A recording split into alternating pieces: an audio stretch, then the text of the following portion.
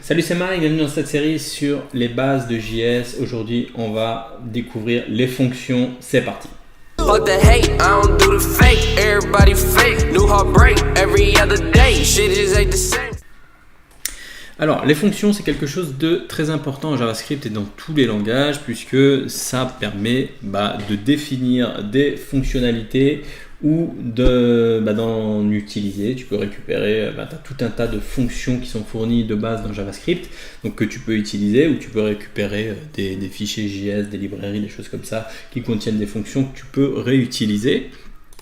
Je vais te donner un exemple très simple. Je vais donner comment on déclare une fonction, pas comment on déclare une fonction, comment on utilise une fonction. Pour utiliser une fonction, par exemple, je vais prendre la fonction de base la plus connue, qui est très connue dans JavaScript, c'est la fonction alert que tu dois connaître. Alors, pour utiliser une fonction, tu utilises le nom de la fonction, donc alert, suivi du crochet qui permet de passer des paramètres. Donc là, Toto. Et là, qu'est-ce qui va se passer? Tu peux voir que hop, j'ai un alert Toto. Donc là, je viens d'utiliser la fonction alert, qui est définie dans JavaScript. Mais ce que je vais te montrer dans cette vidéo, c'est plutôt comment définir des fonctions et les utiliser. Je vais te donner un exemple, par exemple. Je sais pas moi, imaginons tu as envie de calculer, je vais l'appeler, la somme de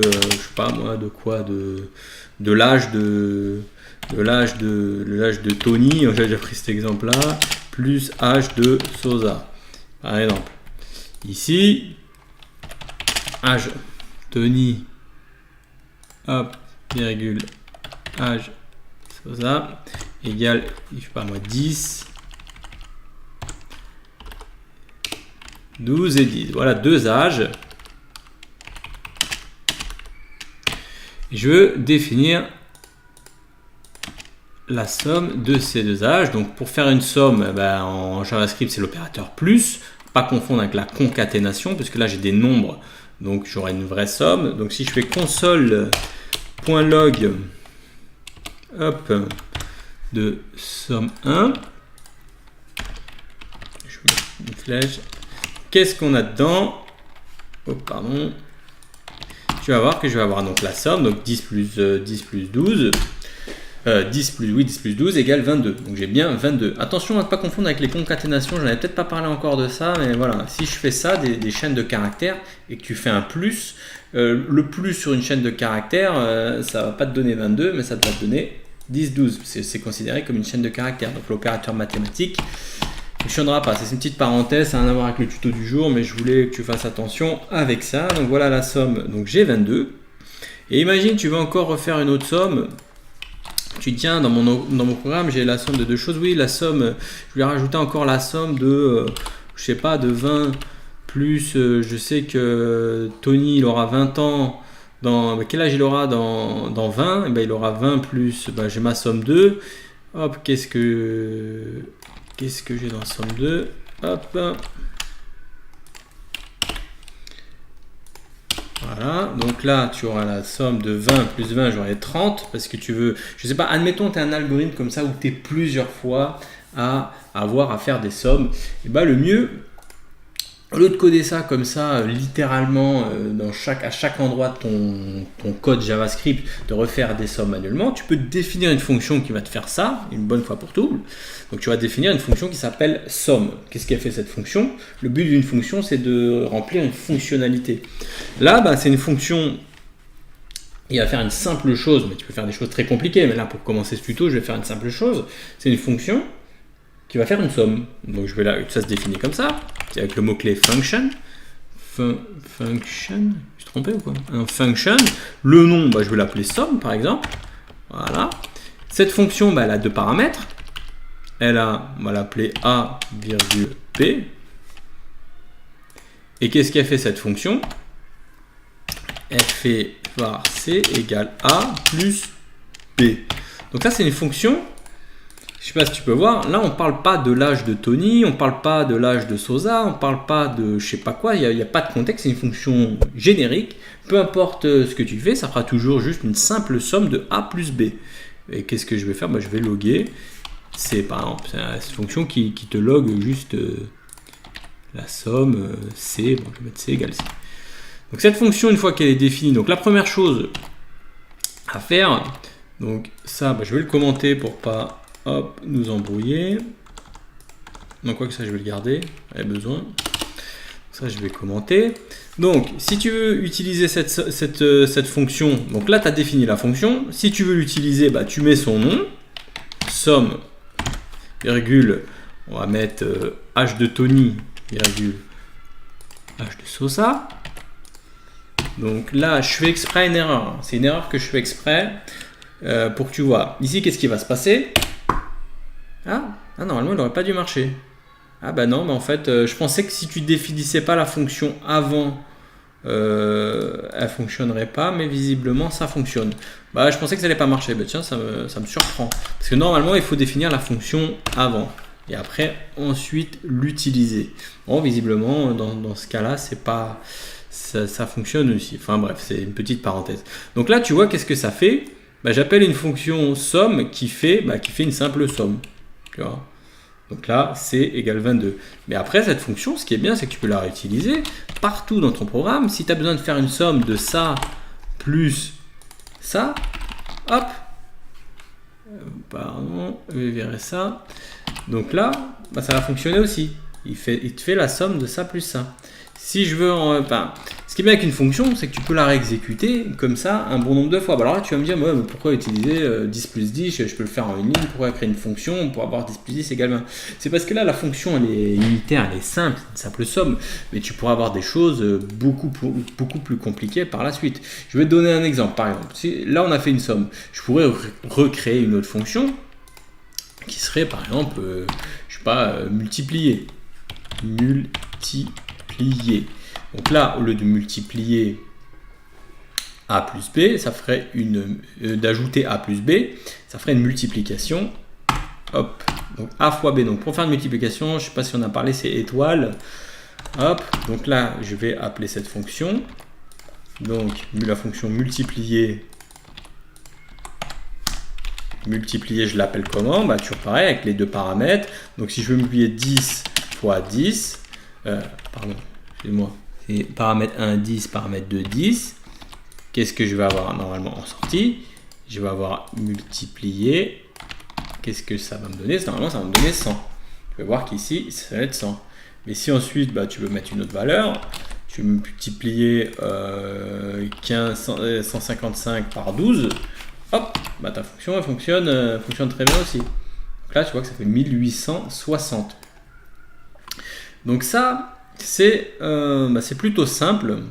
Alors là, c'est une fonction, je ne sais pas si tu vois, c'est une fonction qui prend un paramètre A, un paramètre B. Ensuite, et en interne, ça fait juste un log. Il y a une chose importante, c'est si, tu peux le mettre dans une variable. Par exemple, si je l'appelle Toto, ici, multiplier 10 fois 10, à ton avis, qu'est-ce que vaudra Toto? Console log de Toto, qu'est-ce que ça vaut Toto? Ça vaut rien. Pourquoi? Ça peut être undefined normalement. Tu vois, ça te met Toto undefined. Pourquoi ça met Toto undefined? Parce qu'il n'y a rien dans Toto. Cette fonction ne retourne rien. Si, par exemple, je décide d'utiliser, ça c'est très important, return C.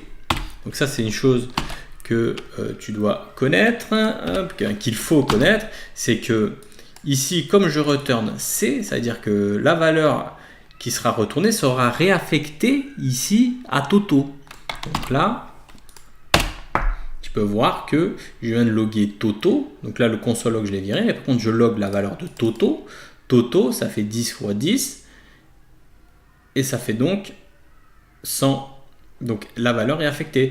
Donc vraiment, c'est quelque chose de très important à comprendre. Ça, c'est que là, dans le premier cas, ce que je faisais, je retournais rien. J'utilisais juste un console log. Donc là, c'était juste loguer, puis il ne se passait rien, Toto et undefined. Ensuite, j'ai fait un deuxième cas où je décide de ne pas loguer, mais on pourrait toujours continuer à loguer. Mais par contre, je l'utilise et je la return. Dans les deux cas, je log. Sauf que dans le premier cas, je l'affecte à Toto. Dans le deuxième cas, je l'affecte à rien. Donc c'est très important de comprendre qu'une fonction, elle fait une fonction et elle te retourne quelque chose ou pas. C'est potentiel. Et ce qu'elle te retourne, tu peux l'utiliser ou pas. C'est à toi de voir. Dans ce cas-là, moi j'utilise multiplier juste pour loguer, mais je ne récupère pas de return, je m'en fous. Dans ce cas-là, je veux stocker le retour de multiplier sans 100. Donc j'ai Toto, voilà. C'est parce que j'ai le mot-clé ici, return. Donc ça, c'est vraiment quelque chose de très important en JavaScript à connaître. Et ensuite, pour un peu corser les choses, on pourrait redéfinir une autre fonction. Et je vais l'appeler comment? Je vais l'appeler fonction. Je vais l'appeler fonction au carré, par exemple. Qu'est-ce que ça fait une fonction au carré de A, virgule B? Je ne sais pas si tu avais fait un peu de mathématiques, mais pas besoin d'être fort en mathématiques pour comprendre qu'une fonction au carré, c'est par exemple 2 au carré, c'est 2 fois 2, 5 au carré, c'est 5 fois 5, 10 au carré, c'est 10 fois 10. Un carré, c'est le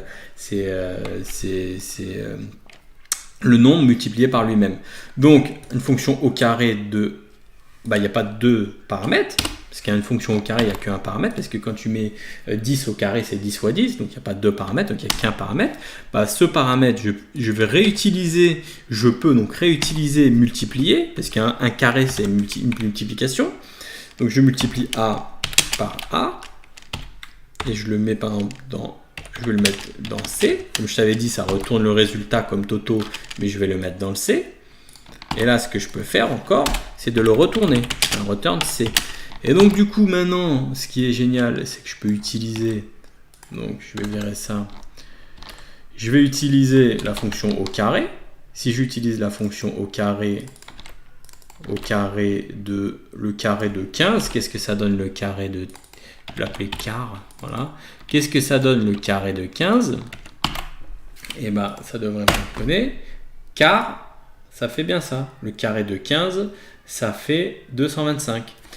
Pourquoi le contenu de car est égal à 225? C'est parce que quand je rentre dans la fonction au carré, d'ailleurs, petite astuce avec Visual Studio Code, c'est pour ça que je t'invite à utiliser Visual Studio Code, c'est que tu peux cliquer sur CTRL et le nom, tu as un petit lien et hop, tu rentres dedans. Tu rentres dans la fonction, après tu rentres dans multiplier, c'est comme des liens hypertextes, donc c'est assez génial ça. Donc par exemple, on va rentrer, si tu prends le circuit classique, donc on appelle la fonction au carré de 15, donc le paramètre A, ici donc on rappelle la fonction multiplier de 15 fois 15 qui est ici, hop, on arrive ici, donc on fait 15 fois 15 et ça remonte comme ça. Donc ça c'est très important de comprendre qu'on peut créer des fonctions unitaires. D'ailleurs c'est vraiment une règle qu'il faut appliquer, c'est d'essayer d'avoir un maximum de fonctions simples unitaires. Et ensuite, tu complexifies comme ça, tu rajoutes des fonctions qui appellent d'autres fonctions et tu complexifies ton programme. Je te donne un exemple. Si tu as une fonction à faire, calculer la distance entre la Terre et la Lune, par exemple, j'ai n'importe quoi, tu vois. Et peut-être que tu vas découper cette grosse fonction en plein de petites fonctions, mais cette grosse fonction calculer la distance entre la Terre et la Lune, va peut-être appeler comme ça plein de petites fonctions. Ça évite d'avoir tout dans une même fonction. Et après, si jamais tu as des modifications, c'est plus compliqué. Donc ça, c'est une règle que tu dois vraiment essayer d'apprendre. Je vais te donner un exemple concret, par exemple. Là, on a fait des trucs simples, des trucs de multiplication, des trucs au carré, etc. Demain, tu as une fonction un peu plus compliquée, comme une fonction que on te demande de faire une fonction qui calcule la surface d'une pièce carrée, par exemple. On dit voilà, on a un programme, on calcule que des pièces carrées. Et tu fais une fonction qui s'appelle calcul surface pièce carrée, pièce carrée. Tu as le droit de faire une surface comme ça, une fonction comme ça. Tu mets la variable, le paramètre, on va l'appeler le côté de la pièce carrée, par exemple. Au lieu de faire d'appeler toutes les multiplications, les choses comme ça ici, là, de le coder directement, tu peux réutiliser ta fonction ici au carré. Hop, de côté, voilà, je vais l'appeler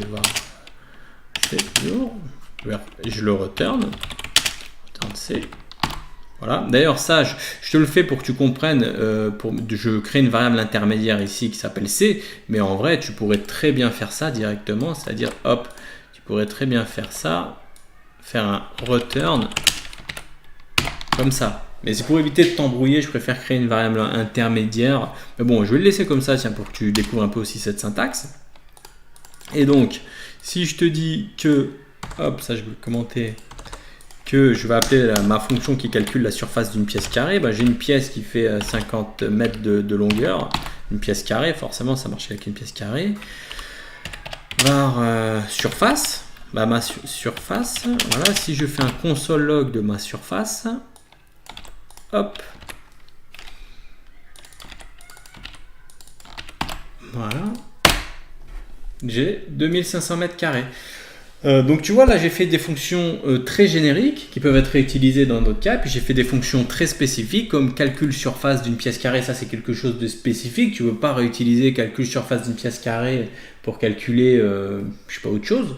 Par contre, la fonction au carré, elle peut être utilisée dans multiples formules. Donc si tu as un programme comme ça, découpe en plein de petites fonctionnalités et puis tu réutilises et puis tu complexifies comme ça. L'erreur des débutants, c'est de tout de suite commencer à créer une fonction calcul surface pièce carrée et de tout mettre un gros pâté dedans. Et après, ton code il est moins découpé, il est moins lisible, il est moins réutilisable et du coup, c'est moins propre. Voilà. Bon, je pense qu'on est arrivé à la fin de ce petit tuto sur les fonctions. Donc là, c'était assez simple. On n'a pas encore parlé de la portée des variables globales, variables locales. Donc ça fera l'objet de la vidéo qui suit. Je vais parler des variables globales et des variables locales. On verra ça plus tard. Sinon, voilà, on arrive à la fin de cette vidéo. Je ne sais pas si je t'en ai parlé. Il y a la formation CSS pour les non-web designers qui va sortir assez prochainement. Je t'ai mis un petit lien si tu veux juste voir ce que c'est. Peut-être ça peut t'intéresser. Tu peux voir le programme, tu peux voir les modules dans la page, je t'ai mis le lien en dessous, donc tu verras le lien sur mon site de formation. Tu verras qu'on va aborder un peu tout ce qui est CSS. Enfin, c'est vraiment pas une formation CSS pour les web designers, c'est comme le nom l'indique, c'est CSS pour les non-web designers. Comme je le dis souvent, moi la CSS, moi je suis un codeur, tu vois, je fais des calculs, des choses comme ça, je peux faire des composants React, des trucs comme ça, je suis un dev back. Je peux faire plein de code. La CSS, moi, c'est quelque chose qui m'agace. Mais bon, comme tout développeur, on est obligé de s'y mettre. On est obligé de faire de la CSS. Donc, dans cette vidéo, j'ai vraiment voulu te montrer les bases de la CSS que tu utilises en entreprise. C'est-à-dire en entreprise, si tu es web designer, tu vas peut-être faire énormément de trucs très poussés sur la CSS, des effets, shadow, machin, tout ça. En entreprise, en freelance, etc. En règle générale, sauf encore une fois si tu es web designer et que tu fais des sites design, si tu es un dev front-end classique, on va dire, et que ton truc c'est pas le design très poussé, c'est vraiment des interfaces un peu de gestion, des interfaces assez classiques, des blocs, etc. C'est une formation qui peut t'intéresser, donc je t'invite à aller voir. Je t'ai mis un lien en dessous, je t'invite tu peux même t'abonner comme ça tu seras prévenu de la sortie de cette formation. Ça t'engage à rien, tu cliques, tu regardes, peut-être ça peut t'intéresser. Voilà. Maintenant on arrive à la fin de cette vidéo. Si tu as aimé cette vidéo, n'hésite pas à mettre un petit pouce bleu. Putain, je parle vraiment vite, il va falloir que je me calme, c'est vrai que je parle un peu vite. Donc si tu as aimé cette vidéo, n'hésite pas à mettre un petit pouce bleu, mettre un commentaire, tu peux toujours rejoindre le groupe Discord, etc. Demain on va s'attaquer à la portée des variables. Je te dis à demain, salut. Fuck the hate, I don't do the fake. Everybody fake, new heartbreak every other day. Shit just ain't the same. Stay away, get up out my way. Everybody fake.